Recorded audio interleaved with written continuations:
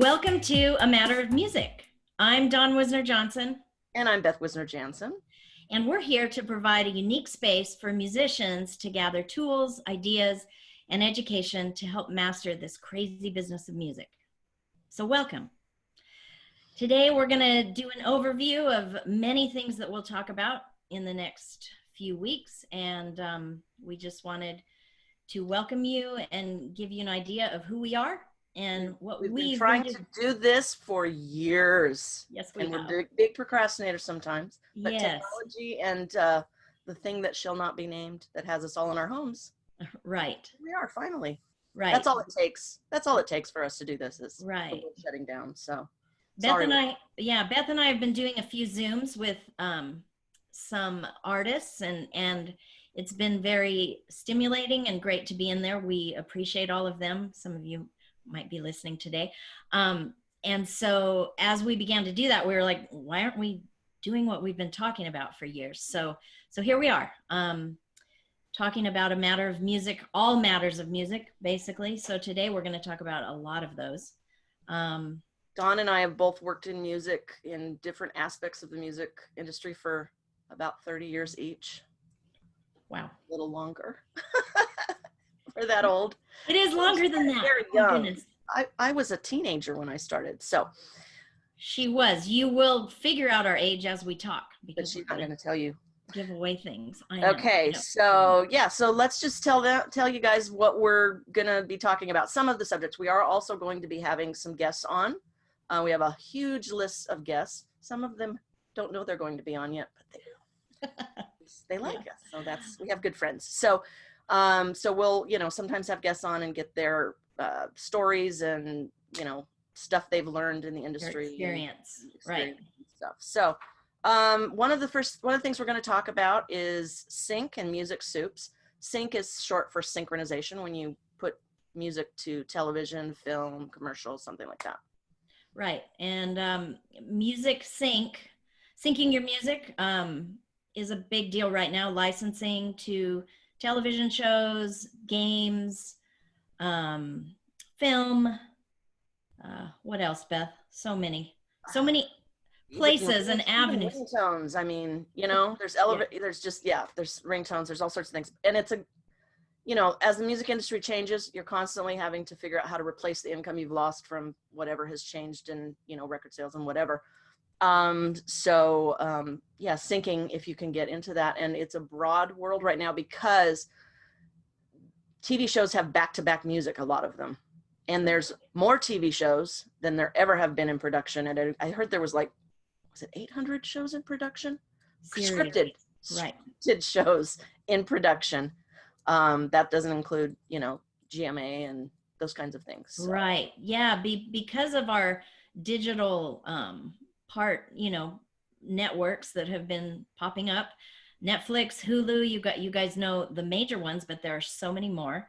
We're beginning to go that way. There's so many shows. And one of the other places I was going to say was production music libraries. This is a place where musicians can put their music and all kinds of different ways that you can sync music. So if you're an independent artist or if you're a signed artist, these are ways that you can reach out. And if it isn't happening for you, you really need to get on the train, because the music is needed, and it pays. Royalties are paid to you on the back end. We'll talk about that in the future. There are lucrative ways that you can get paid. Network television is one of those. If you can get some placements there, it is still more, the royalties are paying quite well and in our world. The others will be coming along, but yeah, that's a way. Dawn could talk about music souping and that forever. Yes, she loves it. It's one of her favorite things. And then the next thing we're going to get to is one of my favorite things, which I could talk about forever, and people don't like it when I do because it's very boring to most people. Yes. Copyright. I love the minutia of copyright. My children who are now young adults, they all know more about copyright than most musicians I know, because I talk to them about it too. So we'll go into copyright and how do you protect your work. Types of licenses will probably be within that as well. There's different licenses on how you can make money and license other people's music, do your own. You would need to understand what all of those are.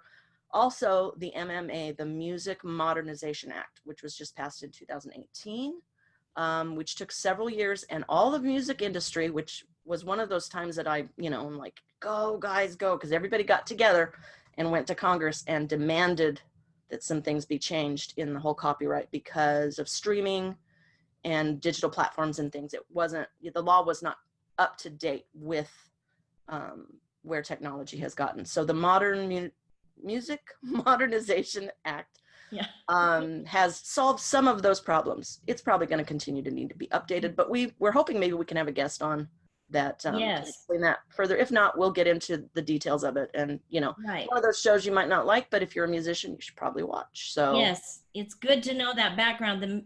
I was in a Zoom recently with the Music Modernization Act board members, all of the people who have been hired. It's a nonprofit. Yes, thank you, Beth. It is a nonprofit, but they have come together to do a website and everything that's going to help with this new Modernization Act. It does have to do with the digital streaming, as Beth was saying.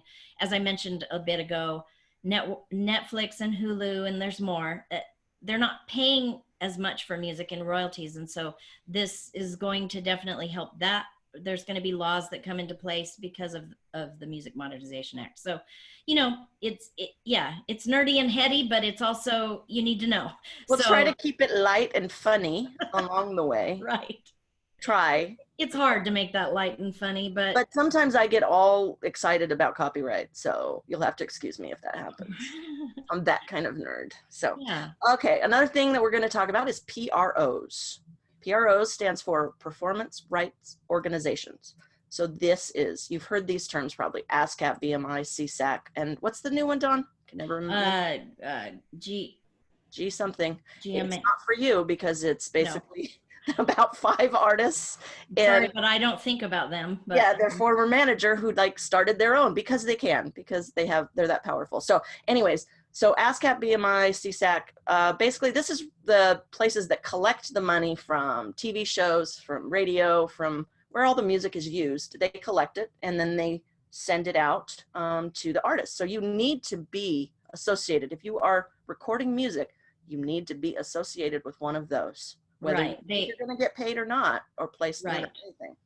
They handle cue sheets and paying royalties for television, for sure, and many other avenues. And they're usually really great, but we've had some, yes.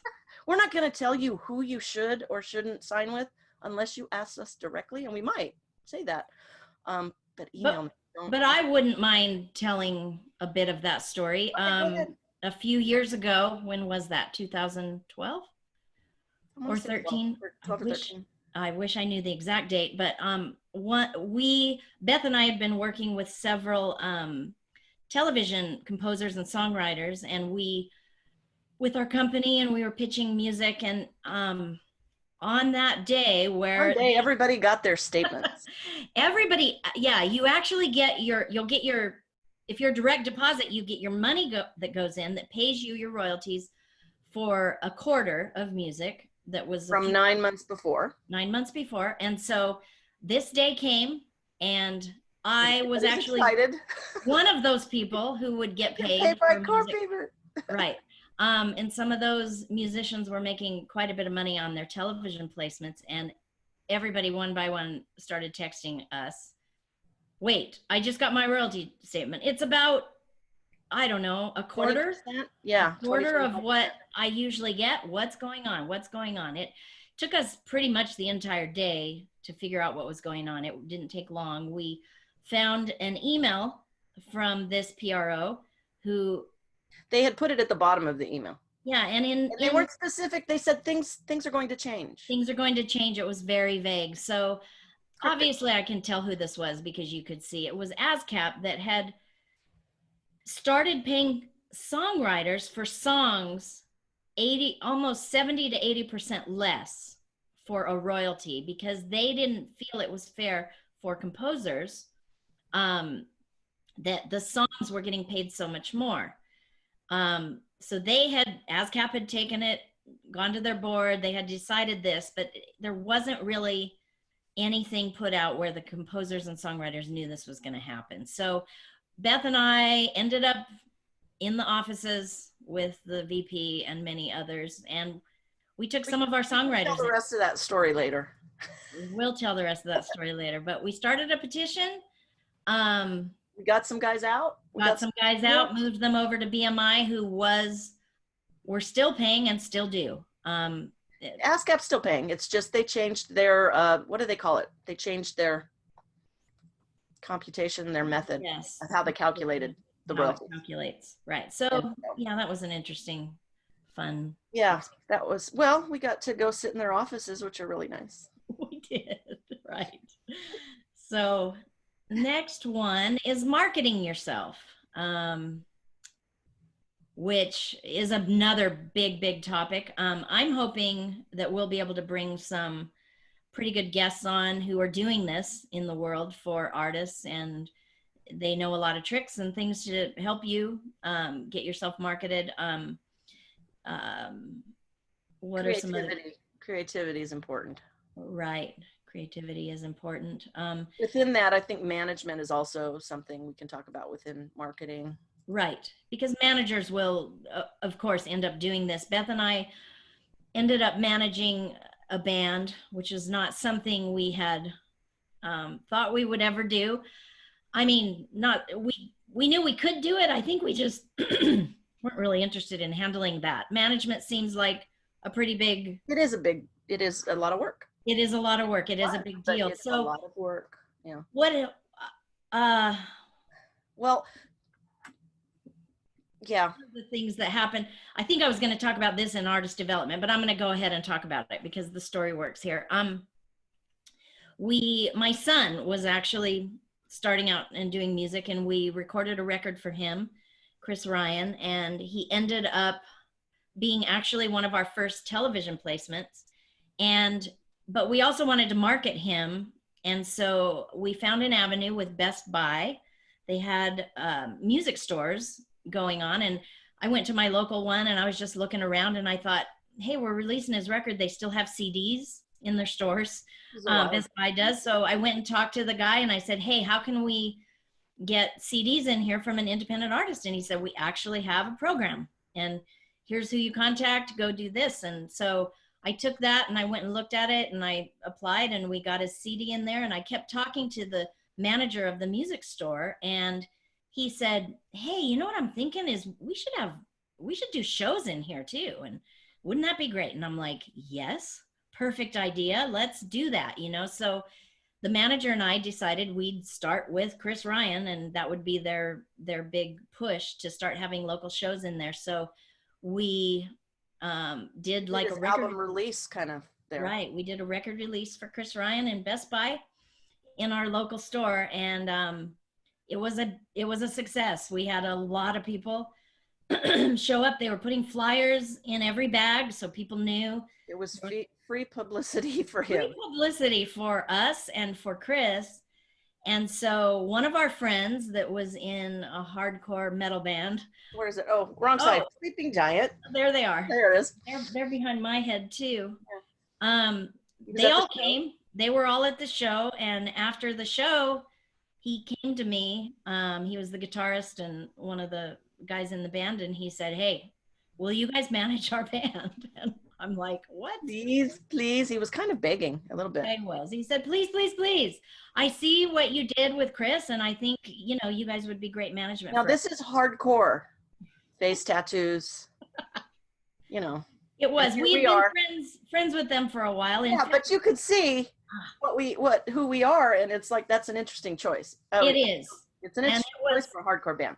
I tell you what, we were successful in a lot of ways. We helped them record the album that Beth just showed you.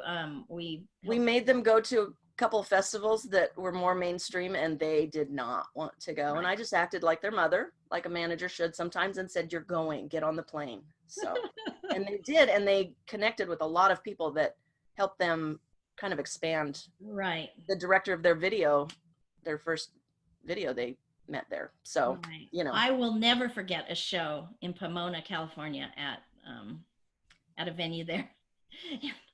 A lot of people had flown in for their show, friends from back east, and my friend was standing in a group talking to these guys, but I had a question. I needed something. Were you right there with me too, Beth? I think so, yeah. I I think think Beth I was was just listening to their conversation and you right. came And running so in. I just kind of walked in because I had a question. They were doing a live show that night. I needed it answered right away. And I walked into this group of dudes, and it was like they all turned and stared at me like, why is she here? We will kill her. Is how I felt. I know they really weren't. I don't think they meant that, but that's what they look like. That's what I felt like. Face They're tattoo. nice guys. They were nice guys, but our friend turned to them and said, "Oh, by the way, this is Dawn. Here's Beth. They're managing our band." And then their faces went like, "Huh?" And then after that, we were cool. But it was a kind of a different place for two female sisters to be, but it was a great experience. We met a lot of good people, and so yeah. So that kind of ties into artist development too. It does. It does. So if you have a good manager, if you're marketing yourself, there's a lot of development. You, especially in this day and age, things change constantly, and not preaching to the choir here. Everybody knows that you have to be able to adapt. Our company, we adapted. We had one focus when we started Take Two Productions, which was our original company, was to do syncs and get independent artists into film and television. And things happen, and that didn't work out for us to make a living on it completely. We were successful at doing that, but not enough because of changes in the industry, whatever. So we started doing management. We started promoting shows. We did a lot of things, and you just have to adjust. That's the biggest takeaway to me from artist development. But Dawn, you want to? Right. Yeah, no, I think I'm done with that. But Beth, I wanted you to talk about you guys in marketing and developing. This is kind of a different side, but Beth's husband was a recording engineer. And in the industry we were involved in, he was actually the engineer for 4 of the albums that I was on in the 80s in the band I was in. Some of the ones behind me up here too. Right. Not the ones that everybody's going to recognize. He did not work on Sting. Oh. Saw Sting. He did not work on Sting. Mine is right there. Yeah. We moved to Nashville in 1994. We were not happy to move to Nashville. We didn't want to. We moved from Southern California to Nashville because all of our friends and all of my husband's work had moved to Nashville. So we got to the point where we pretty much had to. We moved to Nashville, and he was a recording engineer, didn't own his own studio. It was the beginning of Pro Tools. We had a Pro Tools rig and saw the writing on the wall that things are changing and people are going to be able to do all this without him, we realized quickly. But we were working, not making a lot of money. And at one point, we'd been there probably about a year and a half. And he came home and he said he took a gig, and I was not thrilled because it was way too little money. And he was just a nice guy. He just wanted to work. So I finally told him, look, I'm your manager from now on. That's what that is. Don't tell people, I'm your wife. Just if they offer you a gig, you have to discuss it with your manager, because we need to work and try to get, don't ever take the first offer, feel them out and stuff. So anyways, I started acting as his manager so that, he could have that breathing room instead of being put on the spot. It was just a way for him to back off of this. And it wasn't like he had to get my permission as his wife. It was just a way to back off the situation and go, let me think about this for a minute instead of, so that's just, right. Do what you got to do. Right. He ended up working on a major film with friends. He worked on That Thing You Do. He recorded the demos for Rick Elias and Scott Rogness, and Linda Elias wrote one of those too. They had known a producer, Gary Getzman, when they were in California, and Gary had called him and said, Tom's doing his first, he wrote this script and he's going to do his directorial debut. We need music from what sounds like the beginning of 1964, right when the Beatles are, So Rick asked me to go to the Hall of Fame, Country Music Hall of Fame, where they had all the billboards, and I made copies of all of the billboard charts for him, where you could see the crossover between quartets and, like real quartets, like barbershop quartets on the radio to, the quartets of the Beatles. And then Dave went in the studio and recorded the demos, and they got 5 of them placed in the movie, and then he recorded them for the film. So, and then he also at that time recorded Bob Carlyle's Butterfly Kisses. But he didn't make any money because he was recording engineer. He didn't, but I always like her to tell that story because we worked with Dave, rest in peace. He passed away in 2007.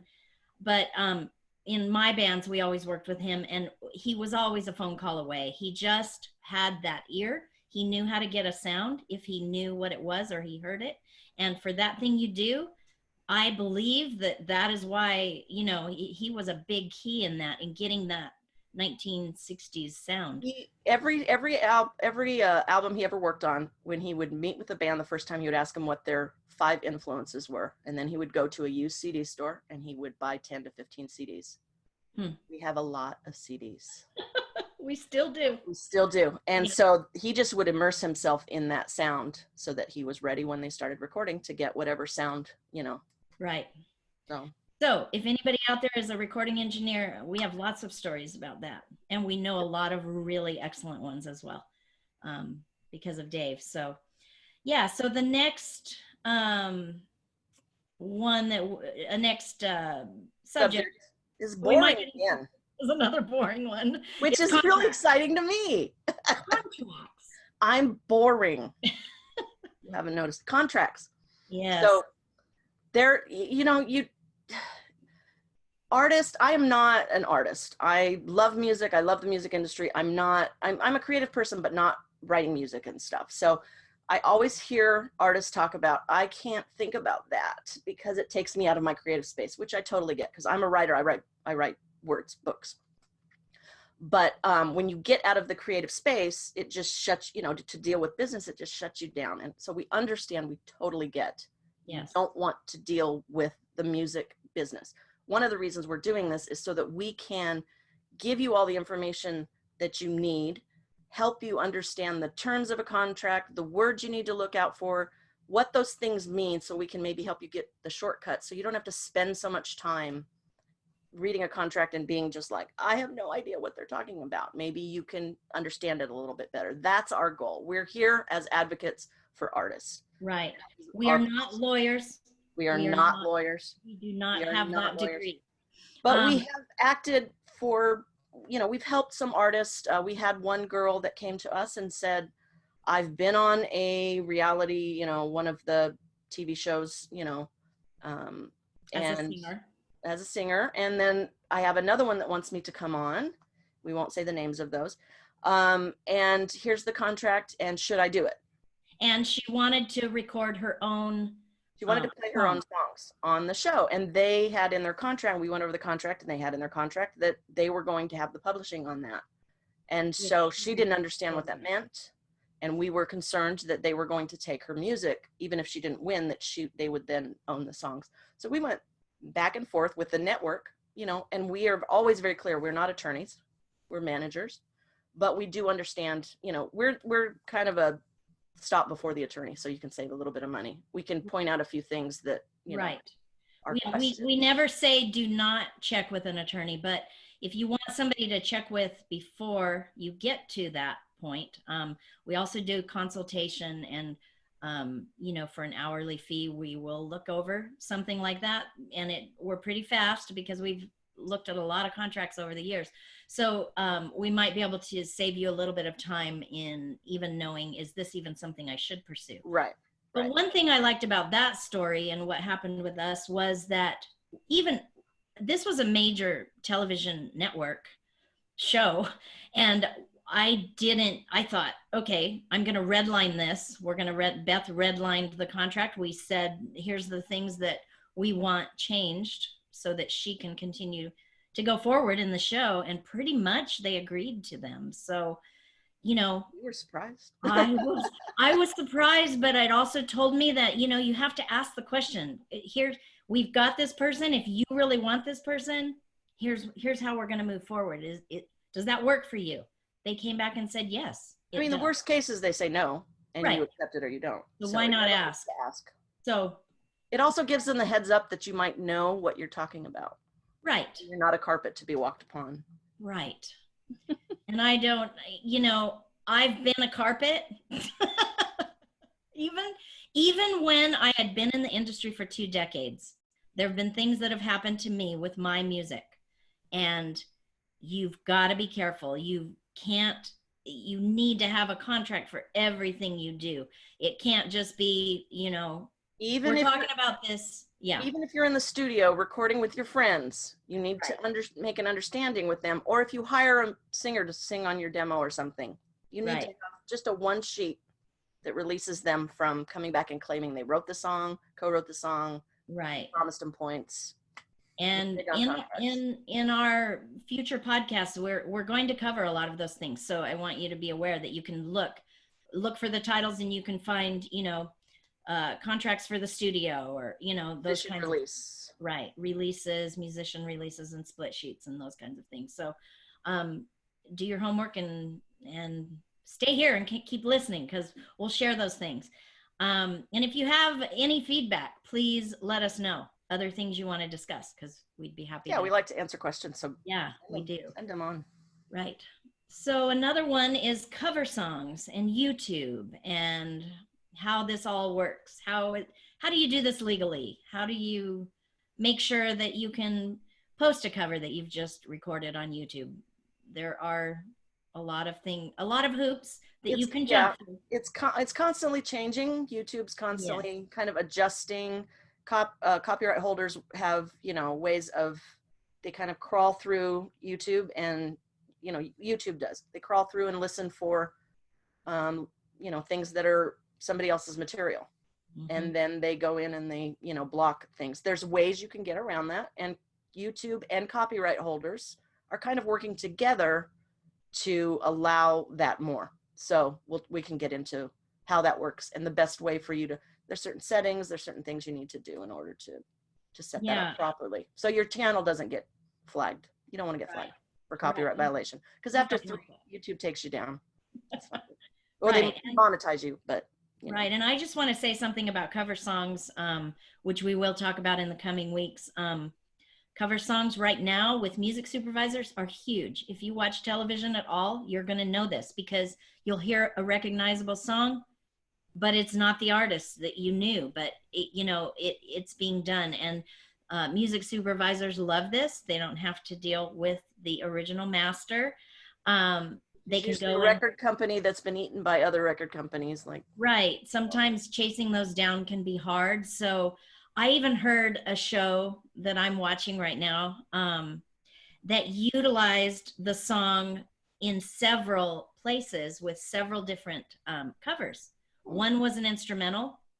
Then there was a girl doing the cover. Then there was another person doing a bit of the cover. So I was like, wow, that is pretty cool. So just so you know, the cover songs, this is a big deal right now. And it's kind of a way to get yourself out there as an artist as well. We've had several artists who have had a lot of views on their YouTube channels with a cover song. So it's another great way to market yourself.